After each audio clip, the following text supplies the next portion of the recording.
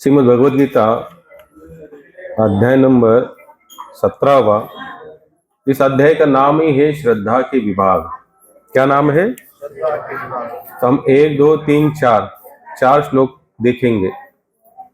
पहला जो बोलना चाहता है बोले। अथर्व बोल दो। बोल।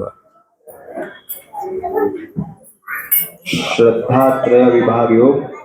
अर्जुन उवाच अर्जुन उवाच ये शास्त्र विधि मृत्सृज्य ये शास्त्रविधम् उत्सृज्य यजन्ते श्रद्धयान्विताः यजन्ते श्रद्धया अन्विता तेषां निष्ठा तु का कृष्ण तेषां निष्ठा तु का कृष्ण सत्त्वमाहो रजस्तमः। सत्वम आओ रजतमः। अर्जुन म्हणाला, हे कृष्ण, जे मनुष्य शास्त्रविधी पाळीत नाही परंतु आपल्या कल्पनेनुसार श्रद्धायुक्त होऊन यजन करतात, त्यांची निष्ठा म्हणजेच मनाची स्थिती कोणती बरे समजवायची, सात्विक की राजस की तामस? श्लोक नंबर 2। श्री भगवानुवाच श्री भगवानुवाच त्रिविधा भवति श्रद्धा देहिना सा स्वभावजा सात्वके राजसी चैव तामसी चेति तां शृणु। भगवान ने कहा, देहधारी द्वारा अर्जित गुणों को ये अनुसार उसकी श्रद्धा 3 प्रकार की हो सकती है, सतोगुणी, रजोगुणी अथवा तमोगुणी। अब इसके विषय में मुझसे सुनो। श्लोक नंबर 3। सत्वानुरूपा सर्वस्य सत्वानुरूपा सर्वस्य श्रद्धा भवति भारत श्रद्धा भवति भारत श्रद्धामयोऽयं पुरुषो श्रद्धामयो अयं पुरुषो यो यच्छ्रद्धः स एव स। यो यच्छ्रद्ध स एव स। हे भरतपुत्र, विभिन्न गुणों के अंतर्गत अपने अपने अस्तित्व के अनुसार मनुष्य एक विशेष प्रकार की श्रद्धा विकसित करता है। अपने द्वारा अर्जित गुणों के अनुसार ही जीव को विशेष श्रद्धा से युक्त कहा जाता है। श्लोक नंबर 4।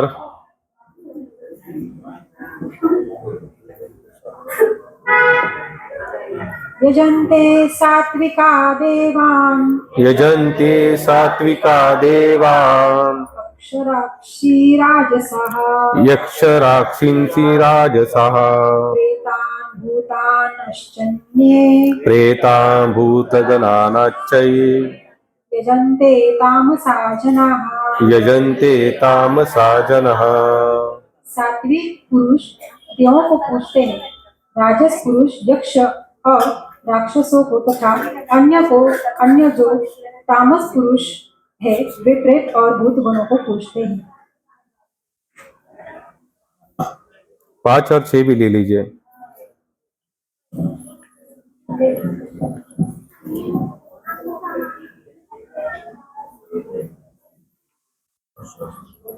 अशास्त्रविहितं घोरम् अशास्त्रविहितं घोरं तप्यन्ते ये तपोजनः तप्यन्ते ये तपोजना दम्भा अहंकार संयुक्ता कामराग बलान्विता। ये दोन्ही बरोबर लिहितो। हा घ्या। कर्षयन्त शरीरस्थं कामराग बलान्विता भूतग्राम चेतसः। बोला कर्षयन्त शरीरस्थ माचैव्यन्त शरीरस्थं भूतग्रामो चेतसः तान विद्धि असुर निश्चयान्। नाही, ते छपाईमध्ये थोडा फरक झाला असेल। दान विद्या सुर निश्चयान.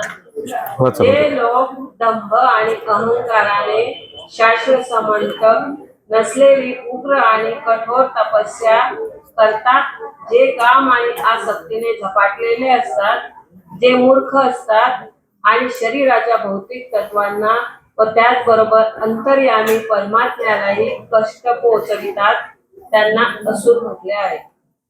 श्री भगवद गीता की. देखिए हमने यहाँ पर 1 से लेकर 7 श्लोक तक देखा.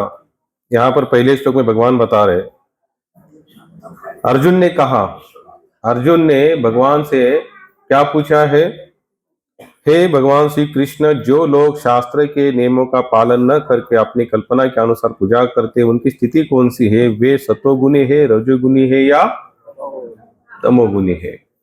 यानी कि यहाँ पर अर्जुन भगवान से पूछ रहा है, जो शास्त्र के अनुसार कर्म नहीं करते वो कौन है? रजोगुणी वाले है, तमोगुणी वाले है या सत्वगुणी वाले है? अब रजोगुणी, तमोगुणी और सत्वगुणी, कितने लोगों को पता है 3 गुण कौन सा काम करते हैं हमारे माइंड पर? अच्छा, रजोगुण सत्वगुण क्या हो सकता है?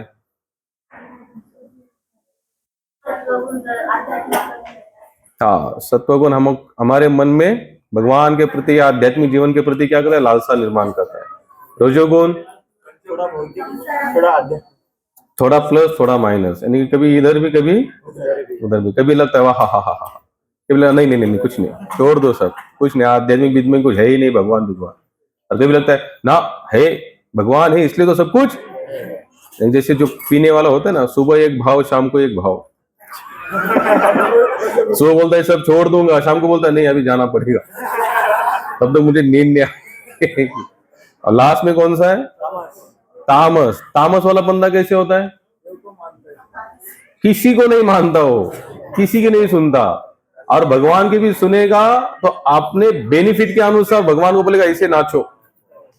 यानी हमें लगा कि है, नहीं तो फिर बाद में यहां तक होता है कि नहीं भगवान भगवान कुछ है नहीं, जो मैं कहूंगा वही भगवान है और जो मैं चाहूंगा वही भगवान को करना पड़ेगा. ये लोग कैसे होते हैं? तामसी. तो भगवान आगे बताते 3 लोगों का वर्णन बताते, रजोगुण वाला कैसे होता है, सत्वगुण वाला कैसे होता है और तमोगुण वाला कौन से होता है. तो इसमें आप लोग डिसाइड करना, आप सत्व में आते, रजे में आते या तमय में आते, ये आप लोगों के ऊपर छोड़ दिया है. आगे भगवान बता रहे हे, भगवान ने कहा देहधारी जीव द्वारा अर्जित गुणों के अनुसार उसकी श्रद्धा 3 प्रकार की हो सकती है. क्या भगवान स्वयं बता रहे? क्या बता रहे?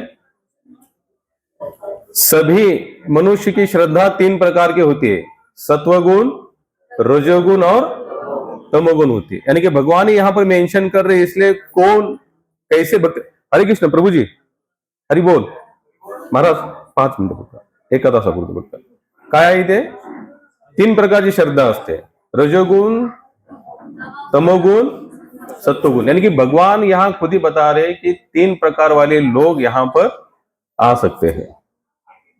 फिर भगवान आगे बता रहे, हे भरत पुत्र, विभिन्न गुणों के अंतर्गत अपने अपने अस्तित्व के अनुसार मनुष्य एक विशेष प्रकार की श्रद्धा का विकसित करता है. अपने द्वारा अर्जित गुणों के अनुसार ही जीव विशेष श्रद्धा से युक्त कहा जाता है. भगवान ने क्या कहा है? जो आप गॉड गिफ्ट लेके आएंगे, गॉड गिफ्ट मीन्स जो गुणों से आप यहां पर अवतरित होंगे उसी के अनुसार आपका माइंड सेट होते जाएगा. क्या होते जाएगा? आप जो गुण लेकर आएंगे, और गुण कहां से आते हैं? पूर्व जन्म के कर्म के अनुसार गुण भी आपके साथ साथ चलते रहते हैं. यहां पर भगवान ने ऐसे कहा. अब हम 3 और 4 श्लोक देखेंगे. सतोगुण व्यक्ति देवताओं को पूजता है, रजोगुणी यक्षों को व राक्षसों की पूजा करता है, और तमोगुणी व्यक्ति भूत प्रेतों को पूजता है. भगवान ने यहां पर और थोड़ा क्लियर कर दिया. क्या कहा? सत्वगुणी व्यक्ति कहां शरण जाता है? देवताओं को. रजोगुणी यक्षों का और राक्षसों की पूजा करता है, और तमोगुणी व्यक्ति डायरेक्ट भूत प्रेतों की पूजा करता है. आप लोग देखो अघोरी बिगोरी जो लोग होते हैं, ऐसे चिमटा विमटा लेके घूमते, अलग नहीं तो वो डराते रहते लोगों को. क्या करते? डराते रहते. ये कौन है? सब रजोगुण और तमोगुण. आप लोग कोई काशी गए? काशी कितने लोग काशी रुके हैं वहां पर? काशी कभी जाएंगे ना तो अघोरी की राजधानी मानी जाती है, अघोरी लोगों की। कितने तो सारे ऐसे अघोरे आप नेट पर भी डाल सकते हैं कि अघोरी थोड़ा, जो काशीवासी अघोरी है उनका देखा, मरे हुए जो मुर्दे आते हैं ना, फूक जाते हैं ऐसे हम, तो उनको साइड में लेते, हाथ भी तोड़ लेते।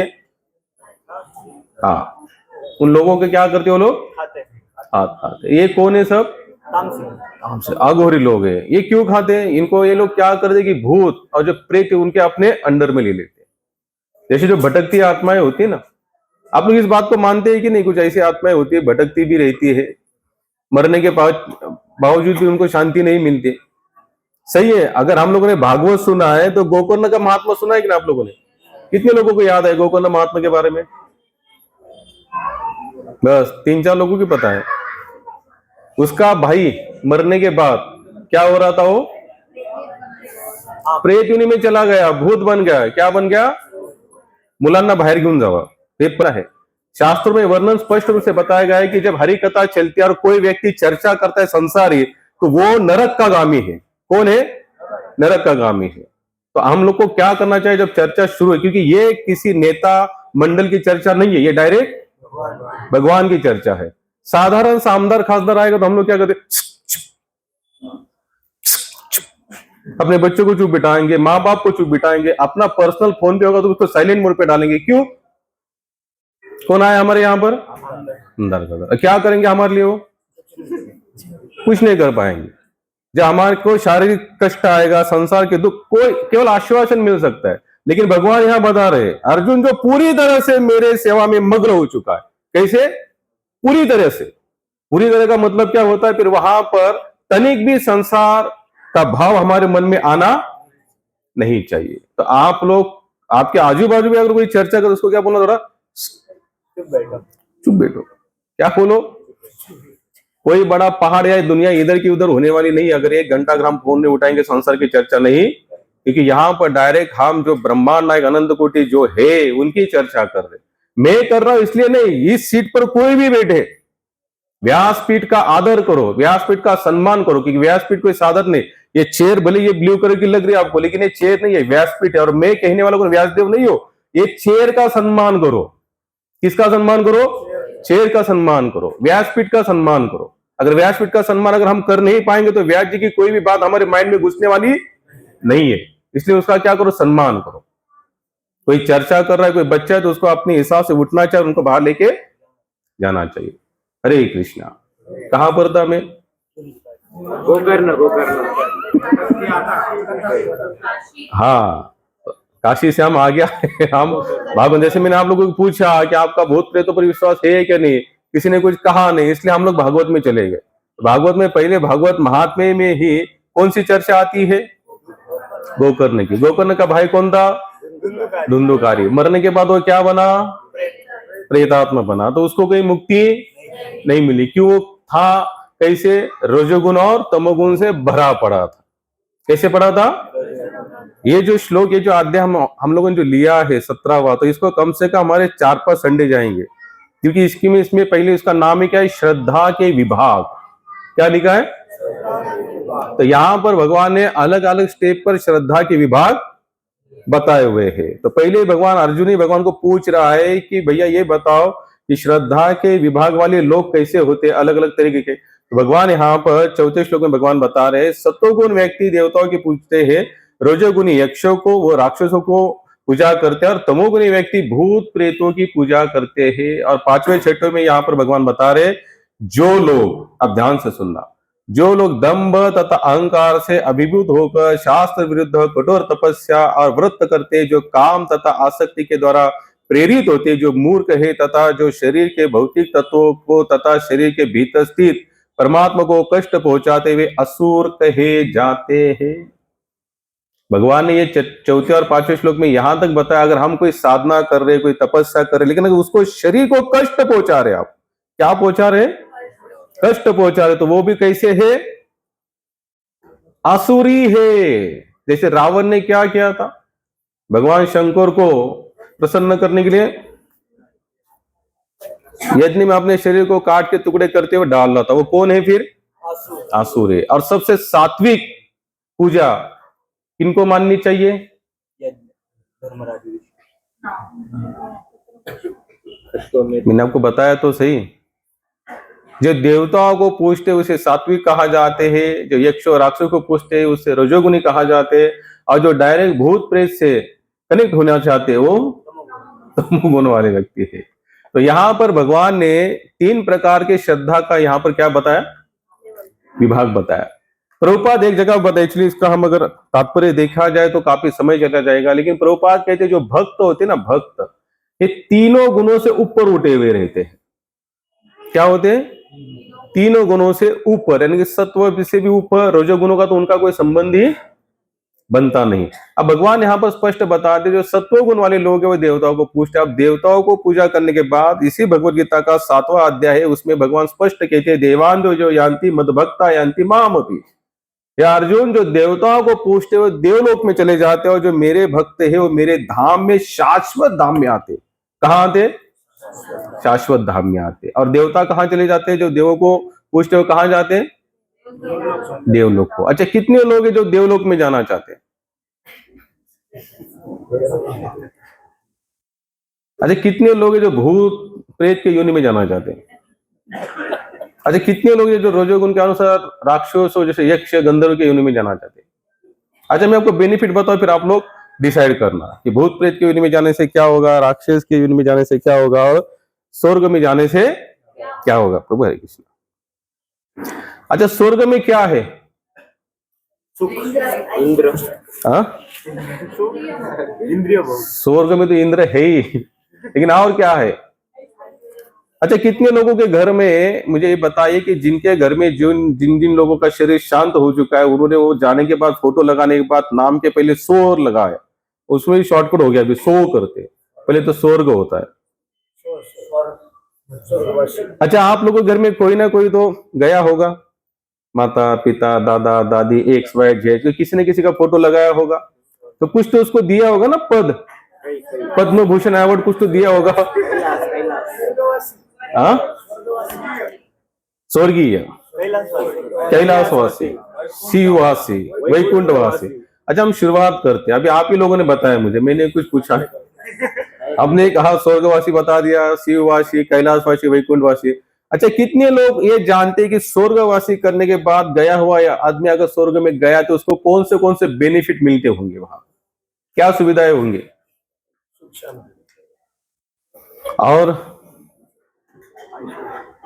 ऐश्वर्य का भोग, वैभव। बोलिए क्या? अप्सरा। हाँ, अप्सरा भी मिली होगी।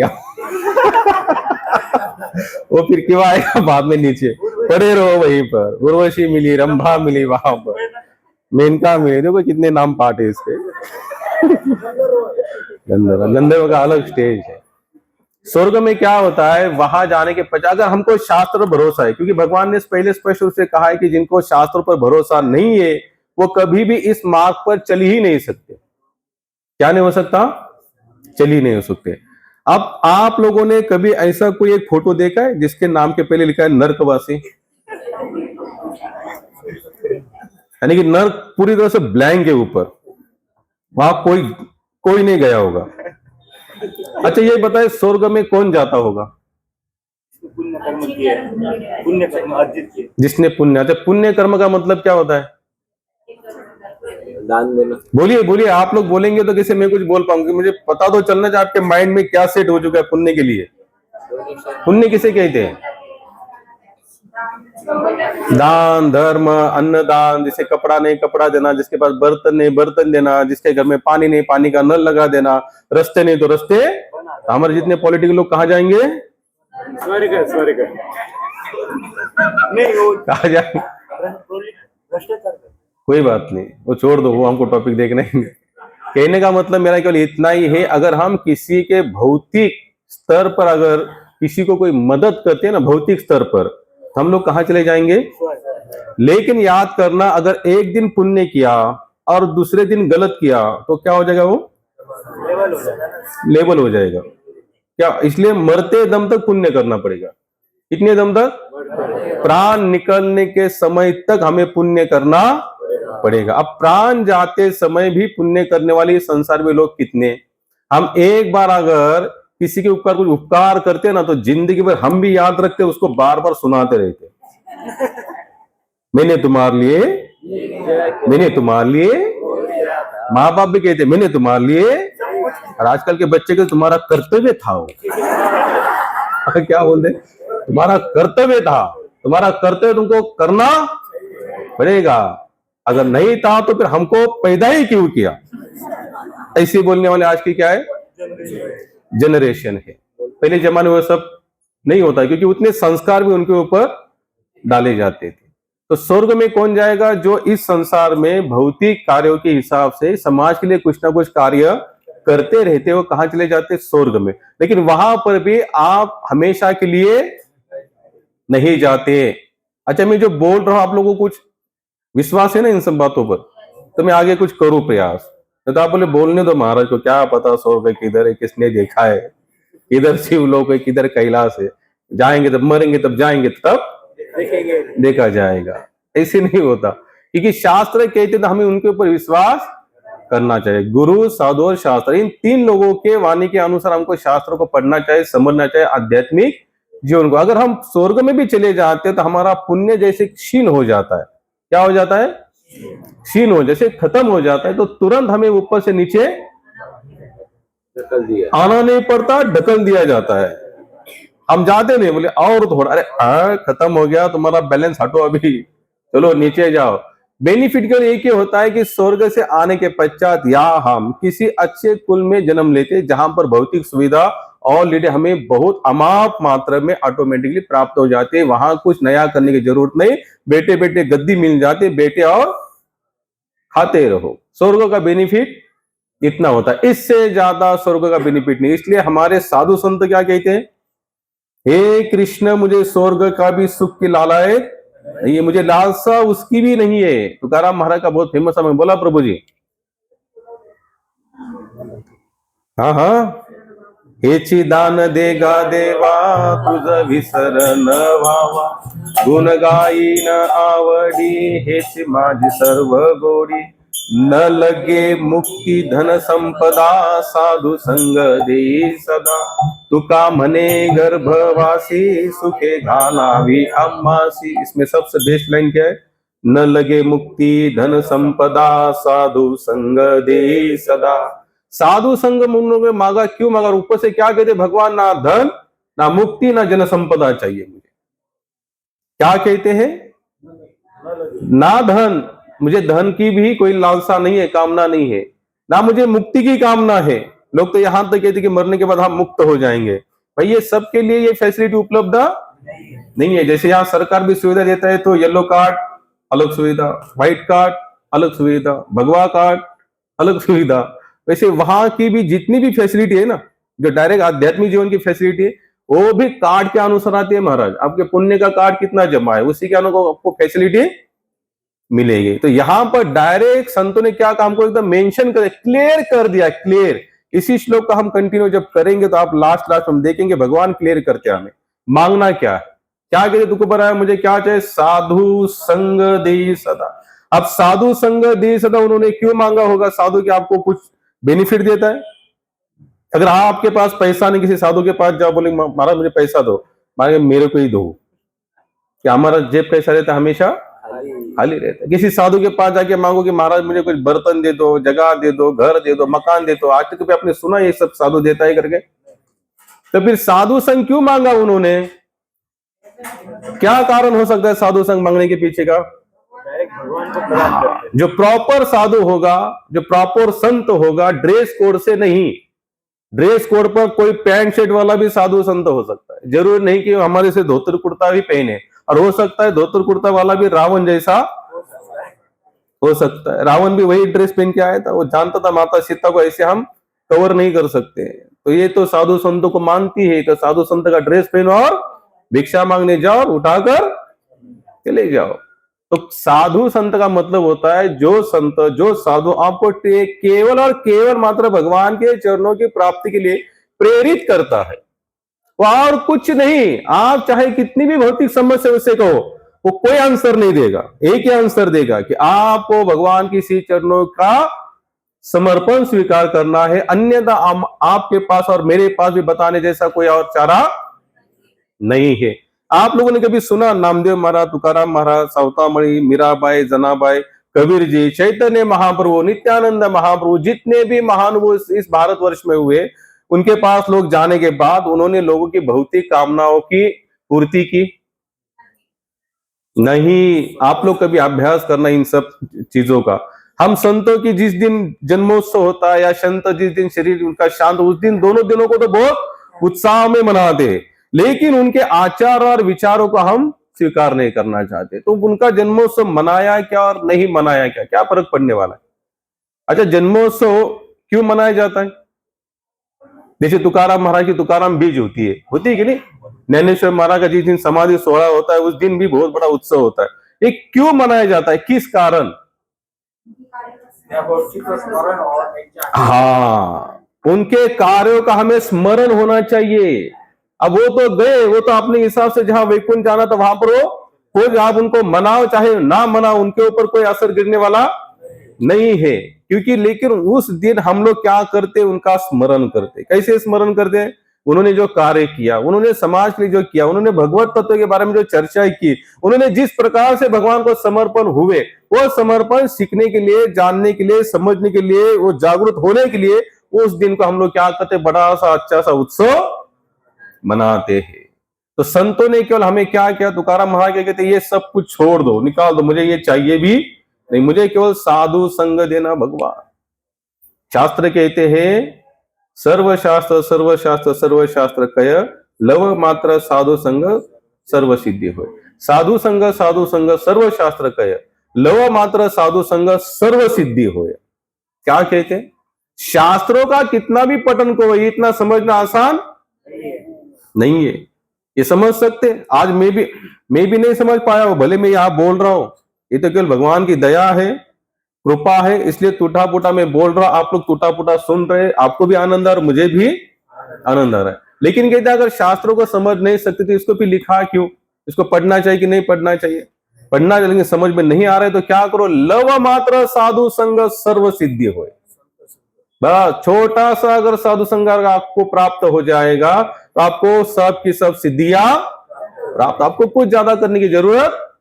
लेकिन वो साधु संग लव मात्र जो होगा वो करने के लिए हमारी भी इच्छा होनी चाहिए, तैयारी हमारी तरफ से भी होनी चाहिए। अगर हमारी कोई तैयारी नहीं है, रोज संत आकर बाजू में भी बैठ कर चले जाएंगे तो भी हमारे ऊपर कोई असर होने वाला नहीं है। जैसे मैं आपको बताता हूं, कबीर जी थे, नाम तो सुना होगा ना सभी लोगों ने। कबीर जी थे तो उनके समय में रामानंदा स्वामी थे। आप कबीर जी का जन्म, वैसे तो उनका जन्म की कोई खास इतनी लेखा जोखा कहीं है नहीं शास्त्र में। एक तालाब में के किनारे मिले थे, मुसलमान कोई फैमिली थी, वहां से जा रही थी, जाते समय उन्होंने देखा उनको भी बच्चा नहीं था, संतान नहीं थे, तो उनको लगा शायद ये अल्लाह ने भेजा हुआ कोई प्रसाद है या अल्लाह की कोई बड़ी मेहरबानी है। तो उनको लगा हमें संतान है नहीं थी। उन्होंने देखा, आजू बाजू देखा तो कोई दिख नहीं रहा है, ना वहां पर कोई इंसान है ना कोई है, तो उन्होंने सोचा शायद ये भगवान ने हमारे घर इसको भेजा। तो उन्होंने उसको ले लिया, उसका पालन पोषण शुरू कर दिया। अब पालन पोषण जैसे शुरू कर दिया कबीर जी का, तो बचपन से उनको आदत जो लगी वो कौन सी लगी, मौलाना के बीच में बैठना उठना उठना। आध्यात्मिक जीवन पहले से उनके अंदर कूट कूट कर भरा हुआ था। और उनका आप लोगों ने देखा उनका कोई फोटो, जो मौलाना होते ना मौलाना, वैसे उनका फोटो है, आप लोग भी ध्यान से देखना। तो उनका नमाज पढ़ना ये करना सब शुरू हो गया। संयोगवश एक बार उन्होंने रामानंदा स्वामी का दर्शन किया। और जब उन्होंने दर्शन किया, छोटा मोटा लेक्चर सुना, और लेक्चर देखो उन्होंने छोटा मोटा लेक्चर सुना, ज्यादा बहुत भी नहीं सुना। सुनने के बाद उनके मन में श्री राम जी के प्रति भाव निर्माण हुआ, प्रेम निर्माण हुआ। अब जैसे भगवान श्री रामचंद्र जी के प्रति प्रेम निर्माण हुआ तो रात दिन एक ही रटते, राम राम राम राम राम राम राम। अब हम सोच सकते हैं, यानी कि सोचने की जरूरत भी नहीं, आज का पूरा वातावरण भी दिल्ली से लेके गली तक वही सिचुएशन में जा रहा है। तो जैसे कबीर जी ने राम राम राम जपना शुरू कर दिया, अब बचपन कहाँ बीता, मुसलमान कुल में बीता।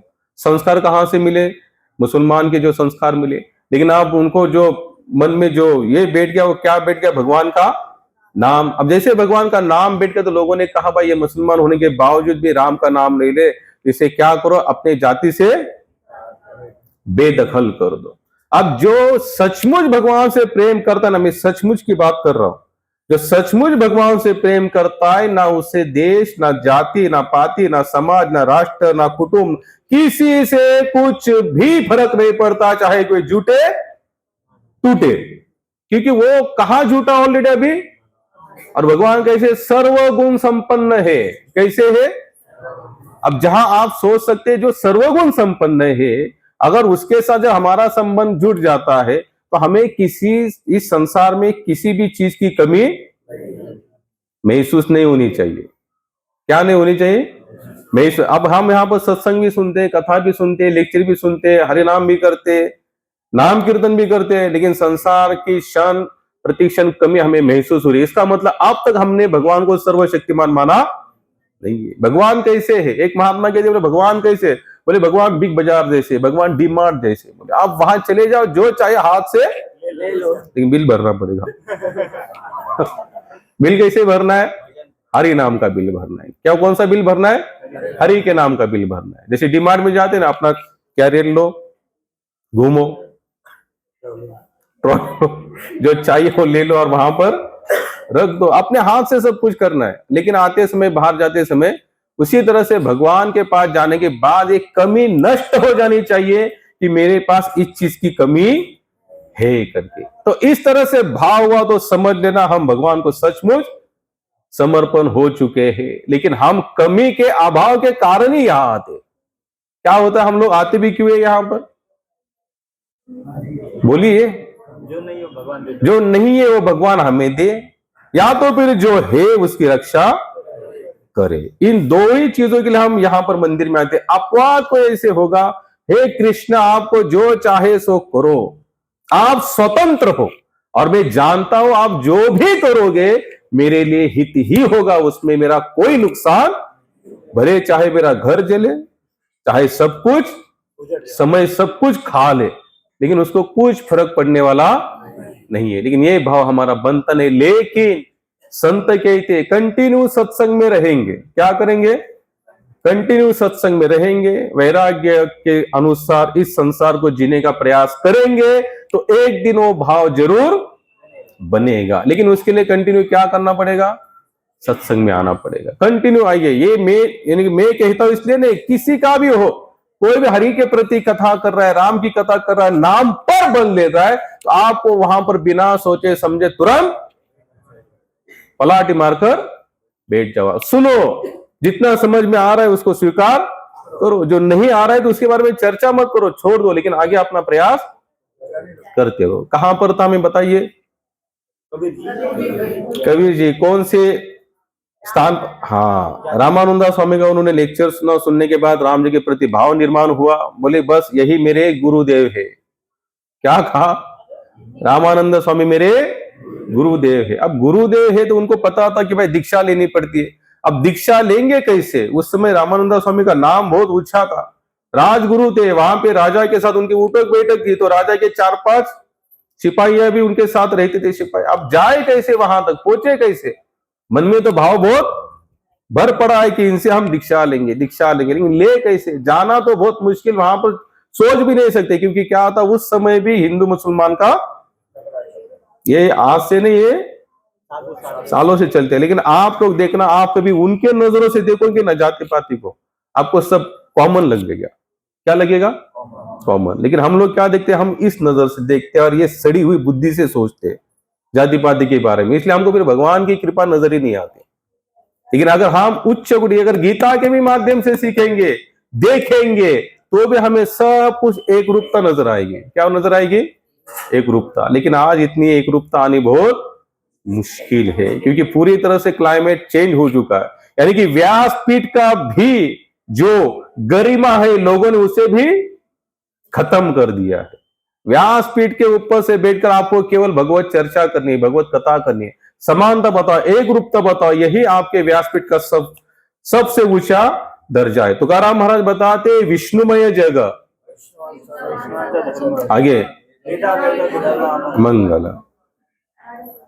ऐकाजी तुम्ही भक्त भागवत सत्य करा. ऐका जी तुम्ही भक्त भागवत कराल ते हित सत्य करा. कोणाही जीवाचा न घडो मत्सर वर्म सर्वेश्वर पूजनाचे.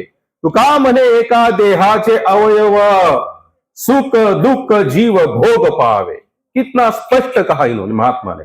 लेकिन हम लोग इसी व्यासपीठ की मर्यादों का खंडन हो रहा है. आज व्यासपीठ बैठने के बाद आपको सब कॉमन लगनी चाहिए. चाहे कोई टोपी पहन के आए, चाहे दाढ़ी रख के आए, दाढ़ी काट कर आए, कुछ फर्क नहीं पड़ने वाला हमें. यहां स्पष्ट बता तुकाराम महाराज, कोणाही जीवाचा बोले जीवाचा न घडो मत्सर मत्सर वर्म सर्वेश्वर पूजनाचे. तुका म्हणे एका देहाचे अवयव एका देहाचे अवयव सुख दुःख जीव भोग पावे. उन्होंने बहुत अच्छा कहा. विष्णुमय जग वैष्णवांचा धर्म भेदा भेद भ्रम अमंगल. अगर हम विष्णु भक्त है या फिर शिव भक्त है तो हमारा धर्म क्या है? विष्णुमय. मय का मतलब होता है उसके नजर में पूरी सृष्टि में जितने जीव विराजमान है सब भगवान के अंश है. काष्टवाद अंश नहीं है यहां पर हम लोग. लेकिन हम लोगों ने काष्टवाद खुद को अंश माना है और किसी और को नहीं माना है. ऐसे नहीं हो सकता. भेदा भेद भ्रम. एक भक्त के लिए अमंगल की स्थिति कौन सी है? भेदा भेद. अगर ये भेद जब तक आपके बुद्धि में कार्यरत है तब तक कुछ नहीं होने वाला. तुलसीदास भी बताते मोहे छला छिद्र कपट नहीं भावा. मुझे ना छल छिद्र कपट वाले मुझे लोग अच्छे. भगवान स्वयं बता रहे. फिर हम लोग क्यों नहीं मान रहे यहां पर? लेकिन हम लोग नहीं मानना चाहते क्योंकि हम इसी शरीर को हमने हमारा पहचान बना दिया. हम हिंदू है, ये हमारी पहचान है. मुसलमान कहता है मैं मुसलमान हूं, क्रिश्चियन कहता है मैं क्रिश्चियन हूं, ईसाई पारसी हर कोई इसी देह को मानने पे तुले हुए. चलो मान भी लिया. अचानक से हम बीमार पड़े. बीमार पड़ने के बाद खून की बोतल की जरूरत पड़ी तो जो डॉक्टर खून चढ़ाता है कभी आप लोगों ने देखा क्या? कौन से धर्म का है? जैसे तो डॉक्टर कहे भाई एक ही बोतल बची हुई है और उसमें नाम लिखा है अब्दुल करके, चढ़ाओ क्या? चढ़ाओ, जीना पड़ेगा. अगर अब्दुल बीमार पड़े उस पर लिखा है राम जी का खून है, किसी कोई बंदा था राम करके उसका खून है, बोलेगा क्या नहीं चढ़ाओ? चढ़ाओ, जीना है. एक स्वार्थी है हम लोग. बहुत ही कैसे निकृष्ट दर्जे वाले लोग हैं हम लोग. हम लोग भगवान की जो भगवान की सचमुच दया है उसको हमने संकुचित बना दिया. क्या बना दिया? संकुचित बना दिया. वहां से भी आगे निकलते थोड़ा सा समझ लो. इस आध्यात्मिक मार्ग में आते हुए यहां पर भी हमारे अंदर भेद है. क्या है? यहां पर भी हमारे अंदर जैसे एकदम प्राचीन भेद है. शैव वैष्णव. आपको पता है नासिक का जो कुंभ हुआ, आपको भी नेट पर सर्च करना 1932 का कुंभ के बारे में. जब 1932 में कुंभ हुआ था तो गोदावरी में केवल मुंडे नजर आते थे. क्या आते थे? मुंडे. यानी कि वैष्णव और शिव जो शैव लोग थे उनके अंदर मारामारी हुई. यानी कि मराठी का खून खराबा हुआ साधारण सी भाषा में. और इतने मुंडे टूट गए, गिर गए थे गोदावरी में. ऊपर केवल मुंडे दिखते. तब से फिर क्या हुआ? बोले शैव कहां चले जाएंगे? त्र्यंबक. और वैष्णव कहां रहेंगे? अब देखिए आप यहां आने के बाद भी कितने लपड़े हैं. यहां आने के बाद भी माइंड, ये जो मन का जो गेम है ना, इसको समझना बहुत मुश्किल है महाराज. एकाध कोई हो सकता है जो केवल भगवान की कृपा को समझ सकता है. यहां आने के बाद भी इसमें और इसमें भेद नजर है. वो कहेंगे यही सही है, वो कहेंगे यही सही है. कोई कहता है कि नहीं वो सुनने से आप कहां जाएंगे जा जाकर? बोले स्वर्ग तक जाएंगे. हम आपसे जुड़ो, हम आपको कहां लेके जाएंगे? वैकुंठ लेके जाएंगे. इतनी गारंटी, खुद की गारंटी नहीं है हम पहुंच पाएंगे कि नहीं पाएंगे. पता नहीं अगला जन्म और कहां पर मिलेगा. यहां आने के बाद पर अगर कोई पद बनता है हमारा, क्या बनता है? पद बनता है. रामसुखदास स्वामी जी का नाम सुने आप लोग? बहुत ही बड़े महात्मा थे हमारे भारत में, जिन्होंने गीता प्रेस में जितनी लिखित बुक है ना, कम से कम 80 से 85% जिन्होंने बुक लिखी है वो रामसुखदास स्वामी है. हमारे नासिक में भी आए थे. घोडेकर प्रभु जी के दादाजी, आजोबा ना तुमचे, शायद उनसे और उनका भी उन्होंने दर्शन किया है. तुमच्या हिंदीच केलं ना आजोबांनी. और यहाँ पर गायकवाड़, गबाजी गायकवाड़, उनके जो लड़के हैं त्र्यंबक गायकवाड़, तो उन्होंने मुझे बताया था रामसुखदास महाराज जब यहाँ आने वाले थे तो उन्होंने उनके लिए अपनी 3 एकड़ जमीन बेच दी प्रभु. और रामसुखदास स्वामी इतने महान विभूति थे. आज भी आप उनका फोटो नहीं मिलेगा. अगर आज आप वहां पर जाएंगे, अगर आप ऋषि के जहां पर उन्होंने स्वर्गाश्रम जो बनाया, फोटो नहीं मिलेगा महाराज. कितने लोगों ने प्रयास किया फोटो निकालने का, लेकिन फोटो कभी, वो कहते थे कि मुझे नहीं चाहिए कि मेरे पश्चात भी मेरा फोटो कहीं पर लगे और लोग उसी की पूजा करें. लेकिन वो चाहते कि हमेशा भगवान के श्री चरणों में लगे रहो. उनका सबसे ज्यादा प्रचार कौन सा था? राम राम राम. उनका एक टाइटल वाक्य, हे नाथ मैं आपको कभी भूलू नहीं. भगवान को हमेशा एक ही प्रार्थना करते थे, हे भगवान मैं अभी कभी भी आपको भूलना नहीं चाहता. मुझे आप हमेशा स्मरण रहो. मेरी क्षमता नहीं है आपको स्मरण करने की, लेकिन आप चाहेंगे तो वो पॉसिबल है. इस तरह से यहां पर निर्बल होना चाहिए. कैसे होना चाहिए? निर्बल. तब जाकर यहां पर कुछ हमें मिल सकता है. तो बताइए मैं कहां पर था? अरे आगे आइए. धुंधगारे आया गया, वो हो गया उसका. कबीर जी बोले कबीर जी के पास में. कबीर जी ने क्या कहा था कि मुझे दीक्षा लेने की, उस समय बहुत वो कंफ्यूज थे कि मिल पाएगी नहीं मिल पाएगी. उनको मिलना तो दूर की बात, तो दीक्षा बहुत दूर की बात. लेकिन ये किन प्रकार जब आपकी सच्ची लालसा होती है ना, क्या होती है? सच्ची लालसा. तो भगवान वैसे आपके जीवन में आयोजन करते हैं. क्या करते हैं? आयोजन करते हैं. प्रभुपाद ने कहा अगर आपकी इच्छा है भगवान से जुटने की, और किसी व्यक्ति की इच्छा है कि जीवात्मा को भगवान के साथ कनेक्ट करने की, तो भगवान उन दोनों की साठगांठ करवा देता है. क्या करवा देता है? उन दोनों की साठगांठ होगी. और आपकी इच्छा है यहां के कुछ चीटिंग करनी है भगवान के साथ, यानी कि 20 रुपए वहां चढ़ाना है और 20 करोड़ का अर्जी देनी. महाराज 20 रुपए चढ़ा है, 2 करोड़ का काम बाकी, उतना निपटा लो. तो आपको भी वैसे लोग मिलेंगे, महाराज भी वैसे ही मिलेगा आपको. वो भी कहेगा भाई यहाँ पर 20 रुपए का आशीर्वाद ले और 20 लाख रुपए मुझे दान दे. तो नहीं हो सकता. हमारा वंचित वांछित समाज. स्पष्ट रूप से आपको फंसना है, फंसाने वाले लोग मिलेंगे. आपकी सच्ची इच्छा है तो सचमुच आपको सच्चा ज्ञान देने वाले भी लोग मिलेंगे. कबीर जी की सचमुच इच्छा थी कि मैं उनको मिलूं, रामानंद स्वामी को मैं उनको मिलूं.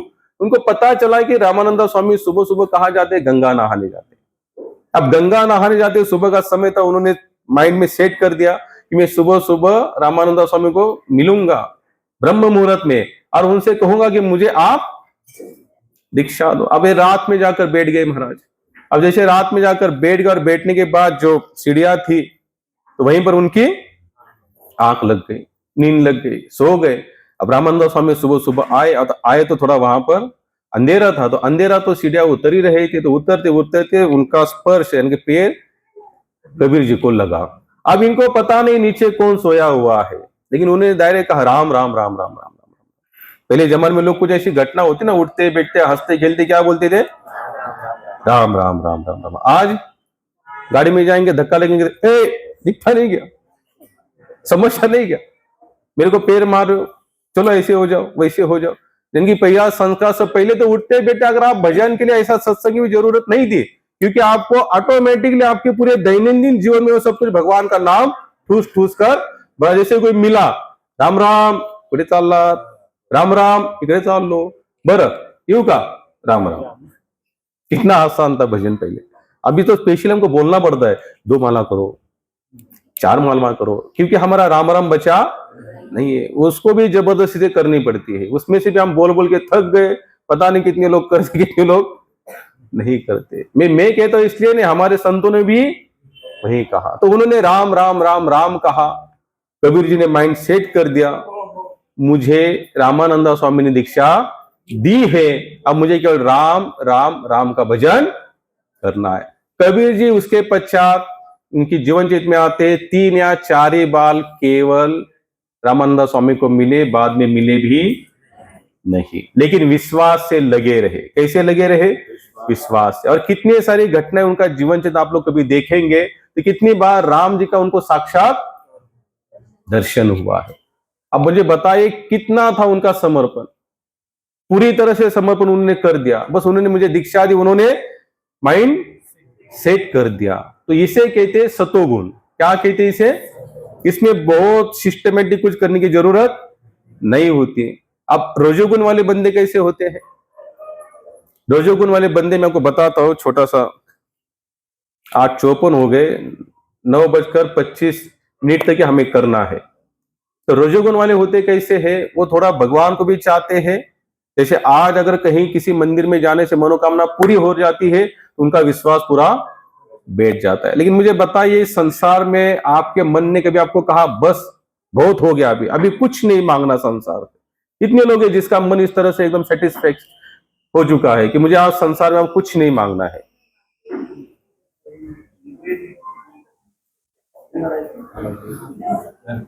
प्रभु जी है, चला माता जी बना है। तो आप लोगों को नहीं लगता कि ये कहीं ना कहीं स्टॉप होना चाहिए? ये मांगने की जो वृत्ति है कहीं ना कहीं खत्म होनी चाहिए।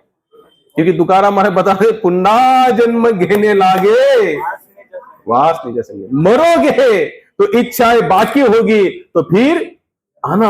यहां पर भगवान श्री कृष्ण भगवद गीता में कहते हैं, यम यम वापि स्मरण भावम तेज तयंते कलेवर। हे अर्जुन, जिस जिस भावना में जो व्यक्ति जीवात्मा शरीर का त्याग करता है, उसी भावना के अनुसार उसे दूसरे देह की प्राप्ति होती है। आप लोग याद रखना। आप मुझे बताया तो आपको, यानी कि कौन सा भाव होना चाहिए शरीर त्यागते समय? ऐसे आएगा भगवान का भाव या भगवान का नाम मरते समय आने की कला, बस ऐसी आएगी? बस हफ्ते में 2-3 बार आए या फिर 1-8 घंटे आप यहां बैठे, आपका हो जाएगा? जन्मोजन्मीचं पुण्य येण्यासाठी कोणत्या तरी जन्मात सुरू करायला पाहिजे ना पुण्य. लोक स्पष्ट म्हणतात असेल आमच्या भाग्यात तर आम्ही करू. हम लोग कितने लोगों तो भाई थोड़ा भजन करो, प्रभु समय नहीं मिलता। अगर होगा लास्ट अगर हम बहुत पीछे लगते ना, बहुत करो करो बोलते, होगा तो आप कहते हैं ना कि भगवान सब कुछ इच्छा पूरी करते हैं, भगवान की इच्छा के बिना पेड़ का पत्ता भी नहीं हिलता। कुछ लोग तो ऐसे भी मानसिकता यानी कि मनोरुग्ण है, ये कहते हैं अगर आप कहते हैं भगवान की इच्छा से पेड़ का पत्ता नहीं हिलता तो मैं भजन नहीं कर रहा हूं, इसके पीछे भी इच्छा। वाह रे वाह, इसे कहते चालू। ये चाइना भगत है, फटा दिखता तो बड़ा कुछ नहीं इसके अंदर। ऐसे नहीं, ऐसे होता तो भगवान यहां क्यों बताते? तुकाराम महाराज तो फिर ऐसे, फिर कुछ महात्मा ऐसे भी आए, उन्होंने भी कहा, फिर उन्होंने भी ऐसे लोगों को आंसर एकदम परफेक्ट दिया। तरीच जन्म यावे दास विठो बाचे वावे, नाही तर काय थोडी स्वानु सुखरे बाबे। स्पष्ट कहा तुकोबा महाराज ने, जन्म लिया है विठल जी के दास बनो, नहीं तो इस संसार में कुत्ता और डुक्कर, स्वान और सुकर, क्योंकि मैं अगर संस्कृत बोले स्वान सुकर पता नहीं क्या है, इसलिए स्पष्ट बोलता कुत्ता और डुक्कर, इसकी कमी नहीं है। ये याद रख के चलना। यानी कि उन्होंने स्पष्ट कहा अगर भजन नहीं कर रहे तो हम किस कैटेगरी में आते? 2 पैर वाले कुत्ते और 2 पैर वाले सुअर। कौन कह रहे? अगर कुछ ब्लेम करना है तो उनके पास जाना पड़ेगा। कहा? क्योंकि देव में जाकर भी मिलने वाले नहीं है, और वैकुंठ जाने के लिए भी पहली बात तो उनके जैसा भजन भी करना, तब जाकर वैकुंठ पहुंचेंगे, तब तो कुछ होने वाला नहीं है। तो स्पष्ट है अगर हमें सचमुच कुछ पाना है तो क्या करना पड़ेगा? पूरी तरह से जानना पड़ेगा। बताइए मैं कहां पर था? आप लोग सुनते कि मुझे थोड़ा देखना है। हाँ,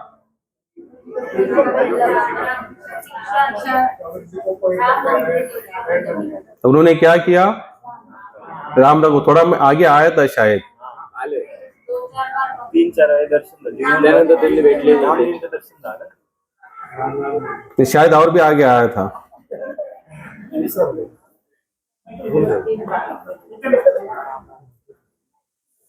राम राम सिर लगा वो तो पीछे गया। जैसे हम लोग अगर मंदिर में आते हैं तो क्या करते हैं? भगवान को 2 रुपए देते और आप लोग नहीं सुनते शायद, फिर आप लोग आप लोगों का ध्यान नहीं, या तो एक तो ध्यान नहीं, या तो आप सुनना नहीं चाहते, या तो आपको मूड नहीं, या तो फिर ठंडी ज्यादा लग रही है। कुछ 4-5 रीजन में से कोई एक आध रीजन होना चाहिए।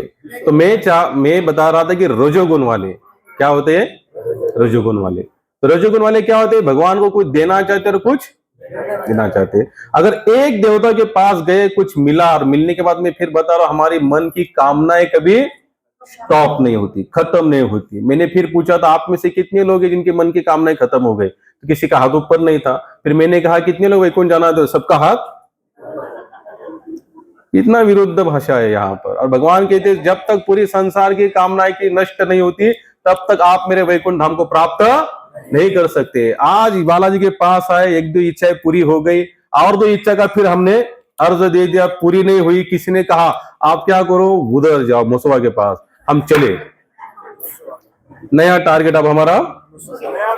तो वहां पर पता चला 2 घंटी 2-2 किलो की लगा दो, वहां इच्छा ले 2-2 किलो की वहां घंटिया। विषय मुझे लगता है इस नासिक शहर से और मसुआ महाराज का बहुत नजदीकी संबंध है। पता नहीं क्यों, मुझे भी इसकी कोई कथा पता नहीं, क्योंकि एकमात्र नासिक शहर ऐसा, यहाँ पर हर जगह पर मसुआ महाराज के मंदिर आपको मिलेंगे। हो सकता है कोई कथा है, शायद मैंने सुनी थी कि मुझे अभी याद नहीं। तो ये कौन होते, रजोगुण वाले होते। अब तमोगुण वालों का नंबर आया। किनका नंबर आया, तमोगुण। तमोगुण उन लोगों के कहा जाता है जो पूरे शास्त्र के खिलाफ कार्य करते हैं। क्या करते हैं, शास्त्र के खिलाफ। उनको शास्त्र से कुछ लेना देना नहीं। हम लोगों को कहते हैं आप अंडा मच्छी मटन मत खाओ। कहां लिखा है, कहां लिखा है?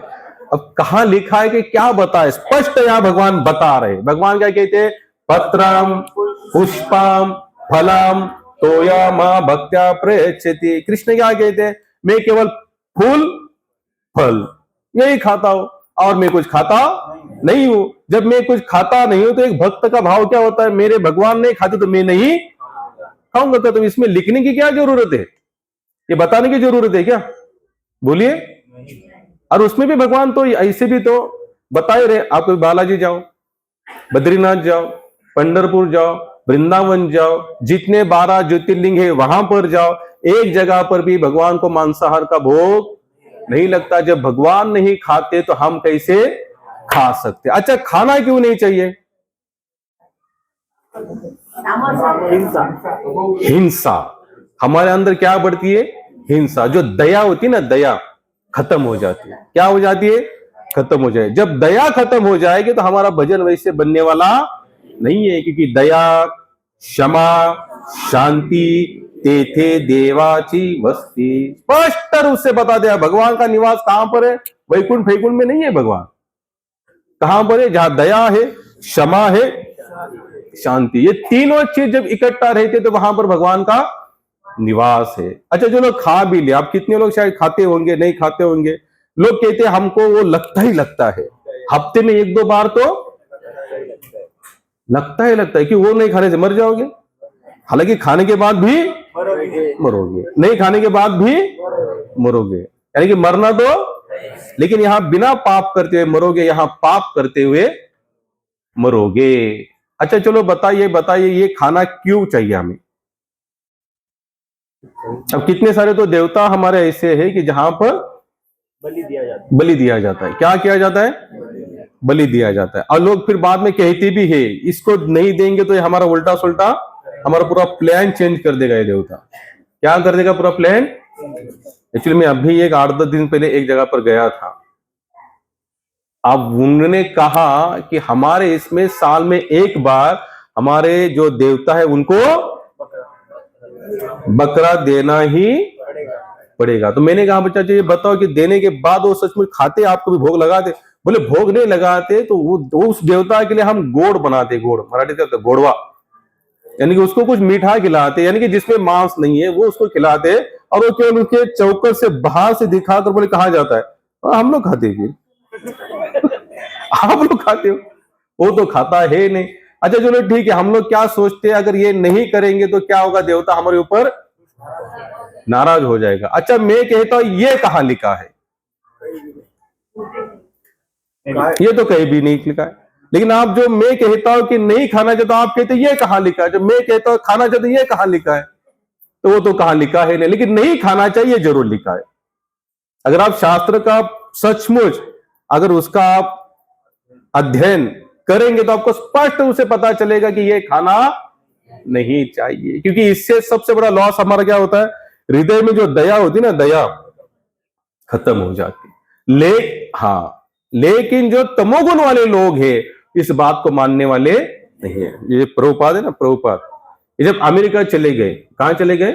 अमेरिका। तो हालांकि भारत में भी है जो कसाई घर है ना, तो वहां पर भारत में भी है, अमेरिका में थोड़ा इसका ज्यादा है, क्योंकि वहां पर तो पाउडर भी जो आते हैं, जैसे हम लोग सेरेलेक वगैरह खाते हैं, वहां पर पाउडर भी मीट की आती है, मटन की पाउडर आती है वहां पर, यानी कि मटन को सुखाए बिकाए जो भी कुछ प्रोसेस करते होंगे उसकी पाउडर बनाते हैं बच्चों का, जन्म से ही, यानी कि बच्चा जब पेट में है तो गर्भवती माताओं को वहीं से शुरुआत हो जाती है बच्चे के ऊपर संस्कार मांस खाने का। हमारे यहाँ पर कम से कम उतना तो है, जैसे यहाँ पर कोई गर्भवती नारी है तो आज कम से कम हमारा कंसेप्ट इतना तो बना पड़ा है कि नहीं, इसको सत्वगुण सात्विक कुछ आहार चाहिए। जैसे उसका जो 7वां महीना होता है, वो जो फोटो वीटो निकालने का प्रोग्राम होता है, उसे क्या कहते हैं? हाँ, तो उस समय क्या करते हैं? उसको सोन पापड़ी चूज करते कौन उसको सजाते, उसको फोटो निकालते, क्या करते? गजरा बिजरा मुकुट बिकुट लेके हाथ में धनुष बांध देते हैं। क्यों देते? राम जैसा बेटा हो। कैसे बेटा हो? राम जैसा बेटा। उसके ऊपर मोर पंख लगा दे। क्यों लगा दे? कृष्ण जैसा बेटा कि चाहे वो जो भी आए। देखिए, यानी कि आज भी जो 16 संस्कार में से गर्भधारण संस्कार पहले पड़ता है तो उसमें ये सब प्रोसेस होती है, लेकिन वहां पर तो प्रोसेस ही नहीं है। प्रभुपाद अमेरिका गए तो उन्होंने देखे बड़े बड़े कत्तल खाने चल रहे, तो प्रभुपाद एक कत्तल खाने में गए भी, उन्होंने यहां तक कहा कि आप जब गौ माता को काटते हो ना, मत काटो बोले। तो उसने कहा अगर हम नहीं काटेंगे तो हमारा इतना बड़ा व्यापार बंद हो जाएगा। तो प्रभुपाद ने देखा ये लोग मानने वाले सुनने वाले है नहीं। प्रभुपाद ने कहा एक काम करो, जैसे आप क्या करेंगे, उसको काटेंगे, लेकिन आप उसको केवल जब तक वो गाय मरती नहीं ना तब तक उसको काटो नहीं। क्या कहा? गाय मरती नहीं तब तक उसको काटो नहीं, मरने के बाद चाहे तो उसको काटो और चाहे तो, क्योंकि उसके अंदर से प्राण जो है ऑलरेडी निकल चुके। बोले ऐसा नहीं हो सकता। तो प्रभुपाद ने अपना दिमाग लगाया। प्रभुपाद ने कहा मुझे बताओ, जो बछड़ा जन्म देने वाली गाय होती है, क्या आप उसको पेट फाड़ के बाहर निकाल दोगे बछड़ा? बोले उस बच्चे का जन्म होने के लिए आप लोग क्या करते हो? वेट और वॉच करते हो कि नहीं? वैसे जन्म लेने के लिए अगर आप राह देखते हो, उसी तरह से गाय मरने की भी राह देखो, लेकिन वो लोग माने नहीं। तो प्रभुपाद ने कहा, ये भागवत शास्त्र स्पष्ट रूप से कहते हैं, धार्मिक ग्रंथ स्पष्ट कहते हैं, जिस देश में ज्यादा प्राणियों की कत्तल होगी वहां पर एक ऐसा वलय निर्माण हो जाता है ऊपर। उनकी जो चीखें होती ना, क्या होती है? चीखे। वो चीखे, उस देश में क्या होगा? क्लेश निर्माण होगा, बड़े बड़े युद्ध होंगे भयंकर, और लोग आपस में लड़कर मरेंगे। भागवत में कथा आती, कितने लोगों ने सुनी है? बताए कौन से राजा थे वो? प्रचेताओं की कथा। उसमें उन्होंने देखा, और राजा जब ऊपर देखता है, उसने क्या किया था? अपने राज्य में बड़े बड़े कत्तल खाने शुरू, यज्ञ शुरू किए। वो तो क्या करता? यज्ञ में बड़े बड़े हो सके उतने प्राणियों की आहुति देता था, बलि चढ़ाता था। तो बलि चढ़ाने के बाद उसने एक बार ऐसे आकाश में देखा तो सब प्राणी चिल्ला रहे हैं, और वो ये कह रहे बस तू मर और तू ऊपर आ। क्या कह रहे थे?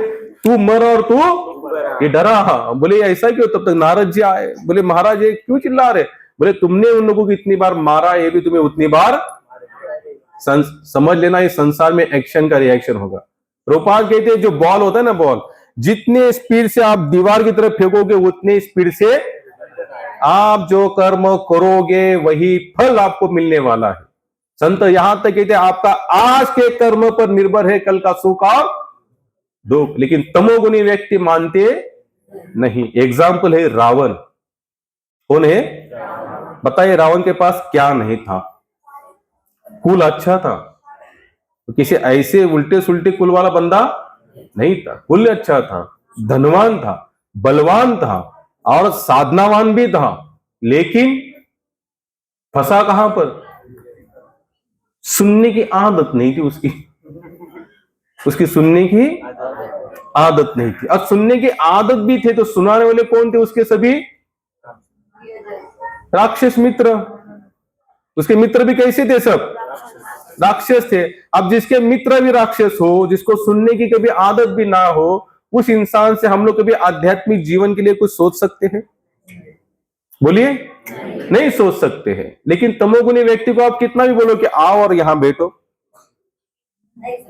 नहीं सुनेगा, आएगा ही नहीं। वो मंदिर से बाहर से चला जाएगा। क्योंकि क्या है कि उसको सुनने की आदत नहीं है। याद रखना, आध्यात्मिक पूरा जीवन किसी भी पूजा पाठ के ऊपर डिपेंड नहीं है। आप जितना सुनेंगे यहां पर, जितना सुनेंगे आपकी आध्यात्मिक उन्नति उतनी बढ़ती जाएगी। और जितना आप सुनना आप बंद कर देना, आपकी आध्यात्मिक उन्नति खत्म हो जाएगी। इसलिए संतों का तो मत था, यहां तक था कि सत्संग जैसा धाम भी कोई नहीं। अगर हम कहीं पंढरपुर जाते, बद्रीनाथ जाते, बालाजी जाते हैं, लेकिन अगर सत्संग में नहीं बैठते तो हमारा धाम जाना भी कुछ काम का।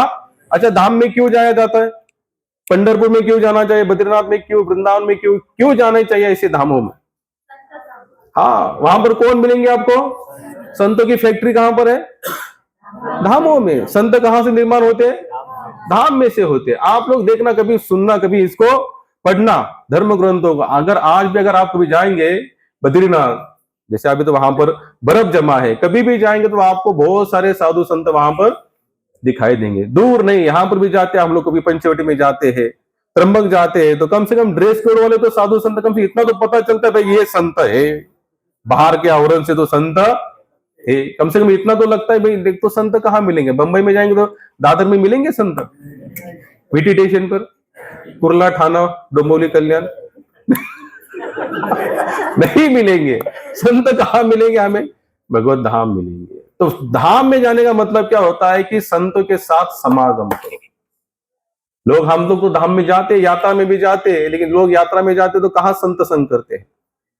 तुकाराम महाराज के अभंग है, तीर्थी धोंडा पाणी देव रोकडा सज्जनी, मिळालिया सतसंग समर्पिते भले अंग। क्या कहते हैं? तीर्थी धोंडा पानी, तीर्थ में जा रहे हो, लेकिन अगर किसी सज्जन व्यक्ति का यानी किसी संत का संग नहीं कर रहे हो तो तीर्थी धोंडा, धोंडा का मतलब होता है पत्थर। आप तीर्थ में गए और एक पत्थर पर केवल पानी डालकर आए, इससे ज्यादा आपको कोई बेनिफिट मिलने वाला नहीं है। संत जैसे हम लोग जाते वृंदावन, वहां सचमुच कन कन में संत विराजमान है। वहां देखे हम लोग सुबह उठते हैं जल्दी, एकमात्र पूरे भारत वर्ष में कोई ऐसा स्थान है जहां पर 24 घंटा आप चाहेंगे तो आपको 2-2 मिनट में संत का दर्शन हो सकता है। वो कौन सा स्थान है?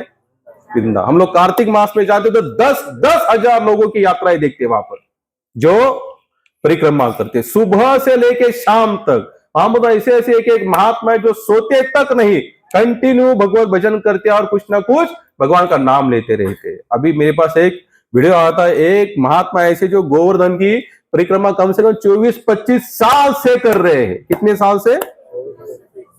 और उनका क्या है? उन्होंने प्रण लिया 1008 दंडवती परिक्रमा, यानी कि उन्होंने 1008 ऐसे पत्थर लिए हैं।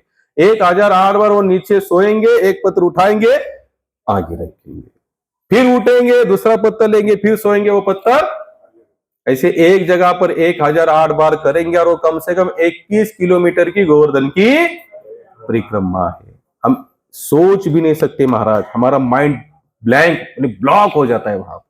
उस महात्मा ने अपने माइंड को किस तरह से कंट्रोल किया होगा, या पर उनको भगवान के प्रति क्या भाव होगा। पागल लोग जाते बोले ये तो पहाड़ है, लेकिन उनका क्या भाव है? ये साक्षात भगवान है। आज 25 साल हो गए, बोले अब तक मेरी कम से कम 50-60% भी नहीं हुई, और कम से कम 18-20 साल चले जाएंगे तब जाकर एक परिक्रमा होगी, तब जाकर एक परिक्रमा। तो ऐसे ऐसे महात्माओं का दर्शन हमें कहां मिलेगा? केवल हमें उनको देखने के बाद हमारी जो अवस्था होती है थोड़ी सी उसमें ऊर्जा आती है, हमें भी लगता है कुछ तो करे, लेकिन ये नहीं लगता हम भी दंडवती करें, हम लोग चलते चलते करें नहीं मना था, क्योंकि डर लगता है, अरे शुरू करेंगे पता नहीं हो पाएगी कि नहीं हो पाएगी। लेकिन ऐसे ने हमको कंटिन्यू करना है। तो मैं रावण के बारे में बता रहा था, सब कुछ अच्छा होने के बावजूद भी केवल संग नहीं था उसे, और उसकी जितनी भी साधना थी, कैसी साधना थी? तामसिक साधना। क्या नहीं था उसके पास? रावण के पास क्या नहीं था मुझे बताइए, तीनों लोगों का राजा था। उसके कभी माइंड में आए ना, बेटे बेटे आज कुछ काम नहीं है, आज स्वर्ग जीतेंगे। बेटे बेटे कैसे करता था, आज स्वर्ग। जैसे उसने सोचा देवता स्वर्ग छोड़कर भागो, इसने सोचा है तो ये जरूर जीतेगा। रामायण में यहां तक लिखा है जिस शनि का पीछा छुड़वाने के लिए हम लोग कहां कहां भटकते। भटकते ना, अगर आपको किसी ने कहा उल्टा सुल्टा कुछ हो रहा है घर में, किसी ने कहना चाहिए 7:30 ही है, आप इसको क्या करो, थोड़ा सा शनि देव को मना लो, थोड़ा शांत कर दो। तो वो शनि को भी रावण ने लंका में दबोच लिया था। क्या किया था? और वो शनि भी रोज प्रार्थना करता, भैया इससे मेरा पीछा छुड़वाओ। क्या प्रार्थना करता था? इससे मेरा, बृहस्पति सभी ग्रह वहां पर थे और डर के मारे बैठे थे, बेचारे जा भी नहीं सकते। राम को पता चलता तो फिर शनि के भी 7:30 डायरेक्ट 14:30 हो जाता। तो ऐसे ऐसे इतना बलवान था। बलवान छोड़ो, वो यहां तक था, जैसे हम लोग रामायण तो देखा रामानंद सागर का, तो हमारे माइंड में भी वही राम वही रावण सेट हो चुका है ना। लेकिन रावण वैसे नहीं था। रावण बहुत सुंदर था, काल्पनिक रावण जैसे यहां पर बताया रावण रावण नहीं तो फिर कैसे बताते, हा हा हा हा। हमें लगता है रावण, जैसे हम रामलीला भी देखने जाते हो, रावण कैसे होता है वहां पर, दसमुख वाला ऐसा, या सब तलवार निकाल कर बोलना बिलना सब उसका डेंजर होता है। लेकिन रामायण में वाल्मीकि जी लिख के बोले रावण वैसे नहीं था, रावण बहुत सुंदर था। रावण दिखने में बहुत सुंदर था और वहां पर जितनी भी नारियां बैठती थी वो मन में कामना करती थी कि रावण हमारा स्वीकार करे। क्या कामना करती थी? रावण हमारा स्वीकार करे। इतना देखने में भी इतना सुंदर था, तपों में भी इतना बलवान था, शरीर के अंग काट काट के उन्हें शिव जी को बनाया था। कुबेर जी रोज उसके वहां पर आते थे, मैं जा रहा हूं, कुछ काम होगा, कुछ चाहिए ब्याज बीज तो मुझे बोल देना। कुबेर जो भगवान के कौन है, खजीनदार है, उसको भी वहां जाना पड़ता था। यानी कि आज का वो कौन सा मंत्री होता है धन वाला, वित्त मंत्री, तो वो भी वहां पर चले जाते थे। यानी कि इतना बलवान विलवान होने के बाद भी ऐसा क्यों? पॉलिटिकल स्टैंड उसका इतना हाई क्वालिटी का था, पूरी लंका जानती थी कि रावण गलत है, रावण। फिर भी कोई भी लंका वासी ने उसके खिलाफ आंदोलन नहीं किया। बोले नहीं, हमारा राजा ठीक है, उसने जो भी माता सीता को भगा कर लाया वो भी ठीक है, हम उसके पीछे है, लंका जले चाहे राख हो जाए, हम रावण को छोड़ने वाले। इतना बलवान व्यक्ति फिर विनाश क्यों हुआ? मेघनाथ, कुंभकर्ण, विभीषण, उसके नाना माल्यवंशी, सभी ने समझाया रावण तू गलत है, फिर भी बोलता ना, मैं गलत नहीं हूं, मैंने जो भी किया एकदम सही किया है। आप सब कुछ लंका खत्म हो गई, पूरा कुल खत्म। मेघनाथ भी जानता था कि मेरे पिताजी गलत है, मेघनाथ को भी दो कदम पीछे नहीं हटा, बोले पिताजी आप जो बोलेंगे वो मैं करूंगा। इतना होने के बाद भी रावण ऐसा कर, सबसे ऊंची बात उसकी पत्नी, क्या नाम है उसका, पंचकन्या में से एक उसका भी नाम आता है, अहिल्या, द्रौपदी, कुंती, तारा, मंदोदरी, पंचकन्या नित्य स्मरण महापातक नाशनम। क्या बताया जाता है? एक मंदोदरी उसकी पत्नी ऐसी है कि उसका केवल स्मरण करने से तुम्हारे पाप खत्म होते, और रावण का मरण स्मरण करने से पाप करने की वृत्ति, जिसका आदर्श रावण है, देखो क्या करेगा। जिसने आदर्श ही रावण का बना दिया है वो क्या करेगा? उल्टे सुल्टे काम करेगा, और इससे ज्यादा कुछ करने वाला वो नहीं है। इतना होने के बावजूद, समझाने के बावजूद भी वो समझा नहीं, क्योंकि उसके अंदर कौन से गुण भरे थे? तमोगुण, तामस गुण से वो भरा पड़ा था, और तामस गुण के कारण उसने कभी भी राम जी की बात नहीं सुनी। यहां तक मैं अभी समय होते जा रहा है, जब राम जी और रावण जी आमने सामने आए युद्ध भूमि पर, और पहले ही दिन में क्या किया, राम जी ने रावण को घायल कर दिया, वो गिर पड़ा नीचे। क्या हुआ? गिर पड़ा, रथ से नीचे गिर पड़ा, लुहान हो गया। राम जी कहते उठ भैया, रथ में बैठ, घर जा, ठीक ठाक होकर फिर कल आ जाए। इतना बताने के बावजूद भी रावण सुधरा नहीं, क्योंकि क्या था वो, फिर भी वाल्मीकि जी ने अंदर क्या लिखा है, उसको राक्षस करके पुकारा है। हम लोग क्या बोलते हैं उसे आज भी, राक्षस। क्यों? इतना सब होने के बावजूद भी, क्योंकि वो तमोगुण से भरा था। और उसका कारण क्या था? संग वैसे था, उसने संग वैसे करता था। इसलिए हमेशा याद रखना, आज हमने 3 गुण देखे, कौन से? इसका टॉपिक क्या था? स्वभाव के अनुसार। कैसे था? स्वभाव। अब आगे इसी अध्याय में भगवान आगे बताते, अलग अलग दान के भी 3 रूप है, रज तम सत्व। बुद्धि के भी 3 है, तमोगुनी बुद्धि, रजोगुनी बुद्धि, सत्वगुनी बुद्धि। ज्ञान के भी 3 रूप है, रजोगुनी ज्ञान, तमोगुनी ज्ञान और सत्वगुनी ज्ञान। अगर ये कंटिन्यू अगर आपको सुनना है तो आपको हर संडे आना पड़ेगा। हरे कृष्ण। क्योंकि हमको 9:25 का समय दिया था, 9:20